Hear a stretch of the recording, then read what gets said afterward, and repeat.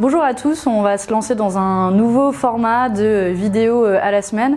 Vous m'excuserez de la difficulté de cette première vidéo, j'ai pas trop l'habitude de parler juste à une caméra et pas à des gens, c'est toujours mieux de parler à des humains.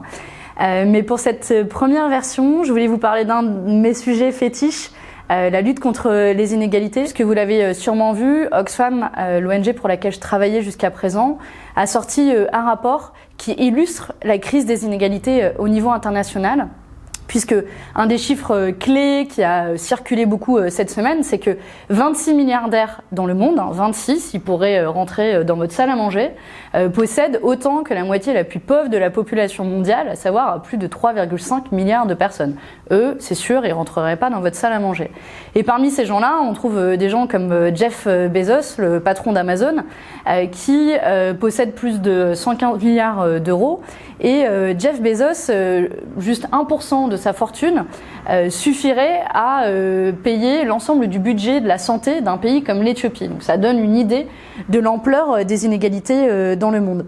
Et dans le même temps, alors que la richesse des plus fortunés ne cesse d'augmenter, le niveau de richesse des 50% les plus pauvres, lui, a baissé de 11%.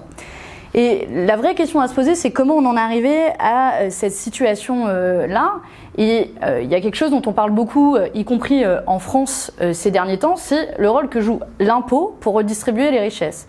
Et ce que met en avant aussi le rapport, c'est que une grande partie de l'impôt est désormais prélevée via des impôts injustes, comme la TVA. Donc sur 1 euro d'impôt collecté dans le monde, 34 centimes viennent de la TVA, qu'on paye tous et en plus forte proportion pour les plus pauvres, alors que seulement 4 centimes proviennent de l'impôt sur la fortune, qui est un impôt qui est très peu utilisé au niveau international. Et la France n'échappe pas à ce constat, puisque c'est quelque chose qui a agité beaucoup le débat public ces dernières semaines. Et le résultat, c'est qu'il faut 8 milliardaires en France pour posséder autant que les 30% les plus pauvres. Et ce constat des inégalités, il n'est pas que de l'ordre de la moralité. C'est assez indécent. Je suis sûre que vous tous, nous tous, on a du mal à imaginer ce qu'on fait avec autant d'argent. Même 5 000 euros par mois, 10 000 euros par mois, c'est déjà beaucoup d'argent dans le contexte français. Mais imaginez quand c'est des dizaines, voire des centaines de milliards d'euros. Et la question, elle se pose aussi vis-à-vis des patrons. On peut prendre parmi les PDG du CAC 40, on a le patron de Carrefour qui gagne en une journée autant que ce que va gagner une caissière en une année entière. Donc le patron se lève le matin, il se couche le soir, il a gagné autant qu'un salarié qui est payé au SMIC dans son entreprise comme une caissière.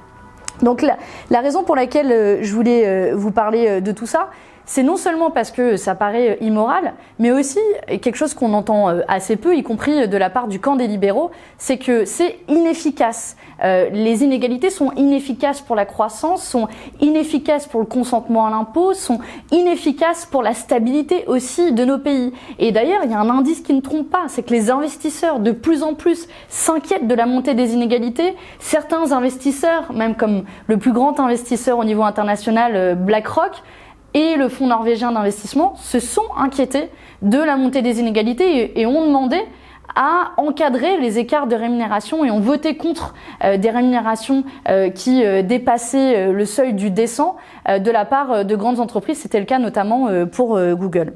Voilà, c'est pas seulement donc cette situation, elle est pas seulement révoltante, elle est aussi inefficace et on nous la présente un peu comme une évidence, comme si la théorie du ruissellement faisait que de toute façon, s'il y avait des riches, on en bénéficiait tous à la fin. On voit très bien qu'on n'en bénéficie pas tous et même pire encore que la politique du gouvernement accentue cette trajectoire puisque la réforme fiscale d'Emmanuel Macron qui nous mobilise en grande partie dans les rues ces dernières semaines et le mouvement des Gilets jaunes, c'est la plus inégalitaire de la Ve République en faisant le choix de baisser l'impôt des plus riches, en supprimant l'ISF, en baissant l'impôt sur le capital et dans l'autre sens, en augmentant un impôt qui est injuste comme la CSG. Moi, le message que je voulais vous délivrer, c'était un message de révolte, de compassion aussi pour tous ceux qui se sentent désarçonnés face à cette situation qui paraît nous dépasser. mais aussi un message d'espoir, parce que, qu'on se le redise une bonne fois pour toutes, les inégalités ne sont pas une fatalité. Il existe des solutions pour lutter contre les inégalités. À commencer premièrement par faire en sorte que l'impôt soit véritablement un outil de redistribution des richesses. On parle beaucoup du rétablissement de l'ISF, mais il y a aussi la question de refaire l'impôt sur le revenu, un impôt progressif avec 14 tranches, comme ça avait été créé à l'origine, faire en sorte que l'Union européenne ne soit pas cette course à la concurrence fiscale et qu'on mette des règles pour enfin lutter contre les paradis fiscaux européens et cette descente vers le bas des impôts les plus justes, comme l'impôt sur les sociétés. Et puis il y a aussi la question du partage des richesses de manière plus générale doit être posée sur la table avec l'encadrement des écarts de rémunération, parce que quand on a des écarts de rémunération dans les grandes entreprises qui vont de 1 à 200, voire à 300, voire à 500, ça paraît complètement aberrant, et c'est pour ça aussi que nous défendons un écart maximum de rémunération de 1 à 20. Imaginez quelqu'un qui gagne à peu près le SMIC, entre 1100 et 1200 euros, 20 fois ça, c'est déjà plus de 20 000 euros, c'est une somme qui est énorme et qui permet de tenir compte des écarts de mérite, comme diraient les libéraux. Voilà, c'est sur ce message d'espoir que je voulais vous laisser, parce que lutter contre les inégalités, c'est une question de volonté politique, et c'est bien pour ça qu'il faut des changements radicaux, y compris dans le cadre de l'Union européenne, qui malheureusement jusqu'à présent a organisé plutôt la compétition en matière fiscale, la compétition du tous contre tous, qui nous amène à cette situation de montée des inégalités. Voilà, on se reparlera d'autres sujets dans les prochaines semaines, que ce soit d'actualité ou en vue des prochaines élections européennes, et j'espère du coup à très bientôt.